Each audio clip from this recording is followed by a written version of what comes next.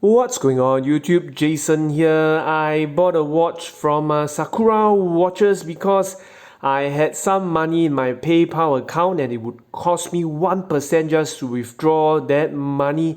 And more importantly, my holiday has been firmed up and I'm not going to Japan.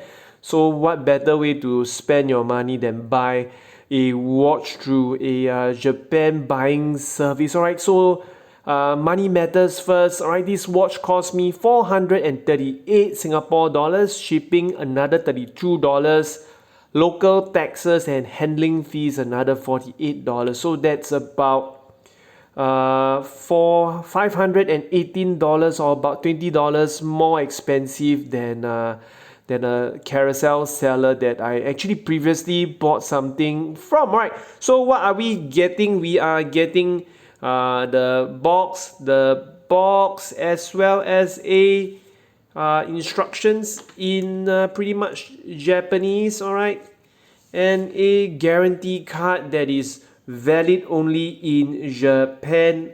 And we are, of course, more interested in this watch, right? The SACM150. Specifications wise, it is a 33.5 mm case, lug to lug 39 mm, and a thickness of just 5.6 mm, a lug width of an irritating 17 mm. Alright, so let's just look at the case back first. It says water resistant stainless steel.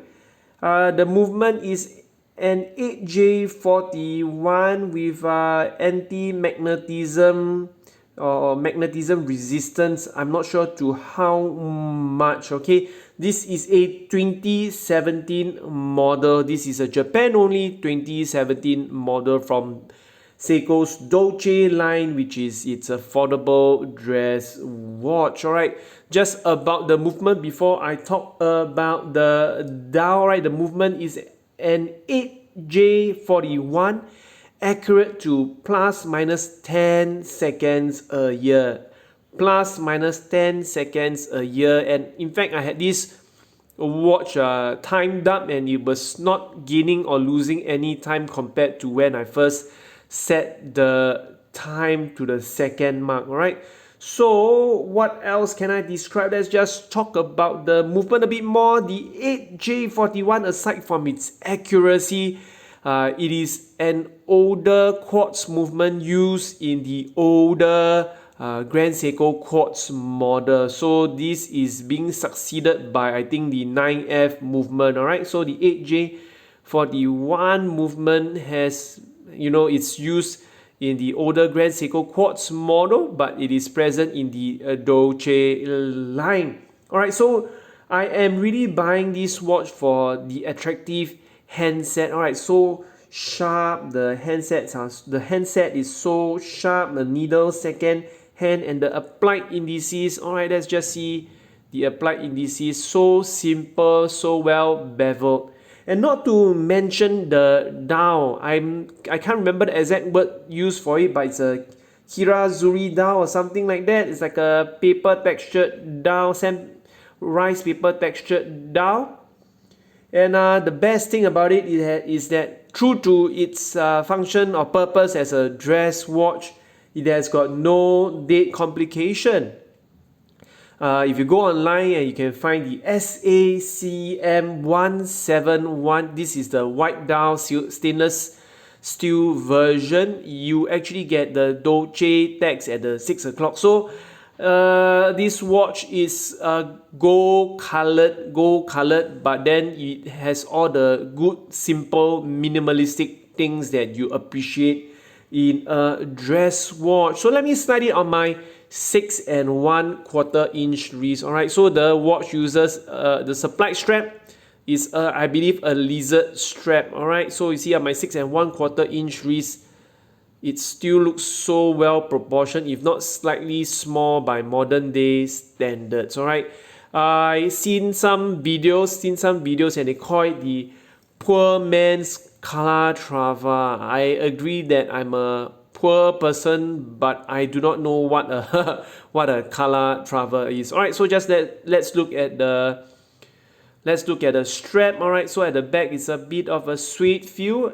On the top, alright, this is not the usual crocodile grain. This is a reptilian leather. I believe it's lizard style. At least a very good crocodile grain. Alright, just let's look at the tags. We have got some tags.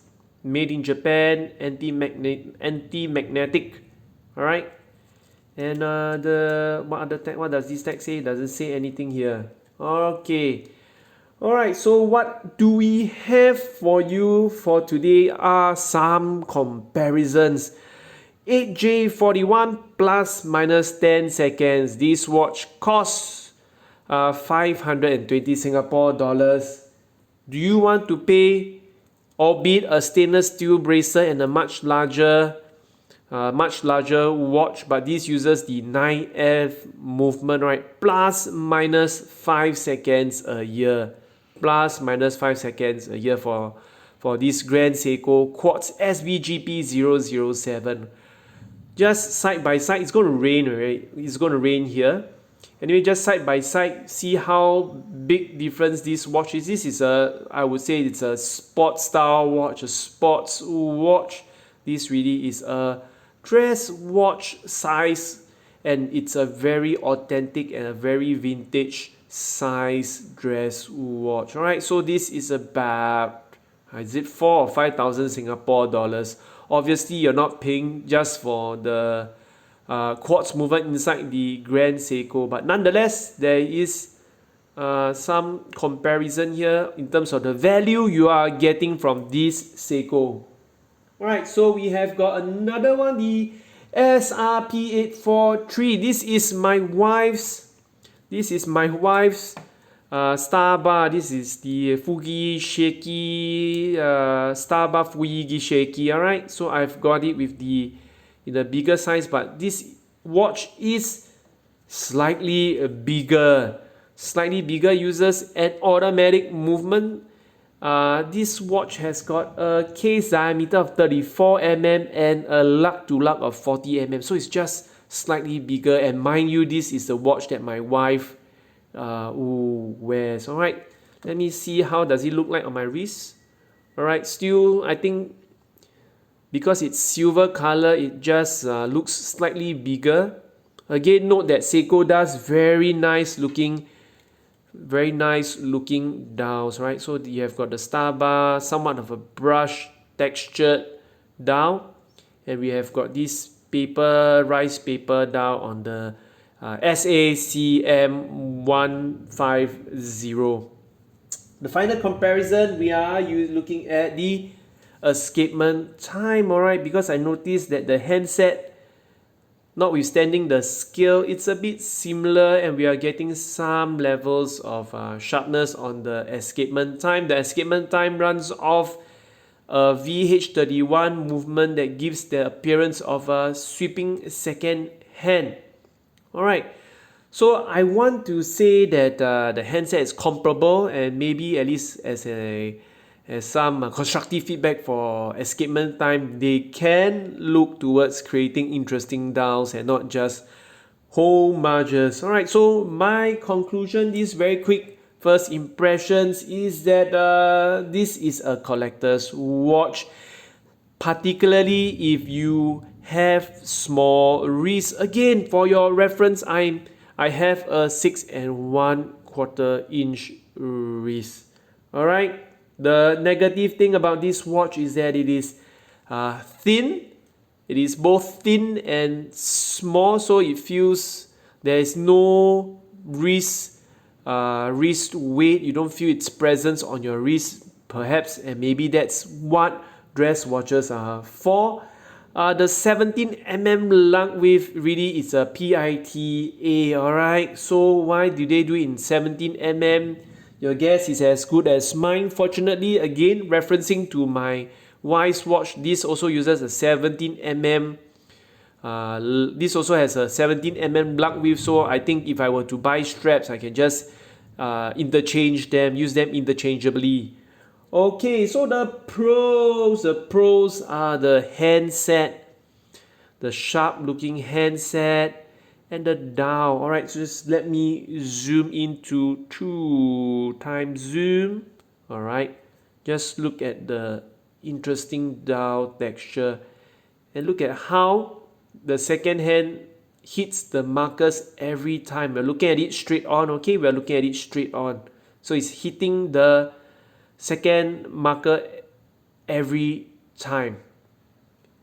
Another pro of this watch is that it is a high accuracy quartz. So I believe the quartz crystal has been thermo compensated as well as, I think, grown specially for the movement. As a quartz, it is both lightweight and it's easy to service. Again, no doubt you are paying almost 500 over dollars Singapore, 500 Singapore dollars for a quartz watch, but this movement has got some heritage, all right, and some precedence. All right, let me just remove the mark. Okay, so what do you think of this watch? Let me know in the comment section. Okay, I will see you in the next video. Let me just do a reflection for you to see the dial. Okay, it is going to rain in Singapore. Stay safe, enjoy the weekend. See you in the next video. Cheers.